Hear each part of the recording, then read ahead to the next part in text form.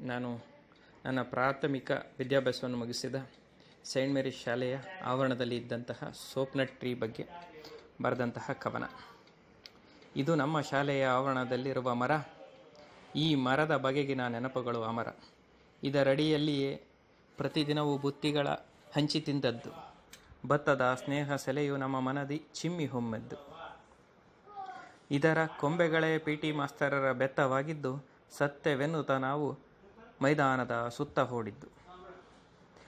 ಮರದ ಬುಡ ನೂರಾರು ಕೆತ್ತನೆಗೆ ಭಿತ್ತಿಯಾಗಿದ್ದು, ಕೆತ್ತಿದವರು ಎಲ್ಲಿಹರೋ ಆದರೂ ನೂರಾರು ನೆನಹುಗಳ ಬುತ್ತಿಯ ಹೊತ್ತು ನಿಂತಿದೆ ಮರವು.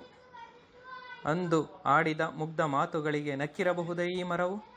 ಪರೀಕ್ಷೆಗೆ ಮುನ್ನ ಪುಸ್ತಕವ ಹಿಡಿದ ನಮ್ಮ ಮಸ್ತಕವ ತನ್ನ ಕೊಂಬೆಗಳ ಹಸ್ತದಿಂದ ಹರಸಿರಬಹುದೇ ಈ ಮರವು? ಇದು ಕೇವಲ ಮರವಲ್ಲ, ತಾನು ಬಿಸಿಲಲ್ಲಿ ನಿಂತು ನಮಗೆ ನೆರಳ ನೀಡಿದ ವೃಕ್ಷ ದೇವತೆಯು.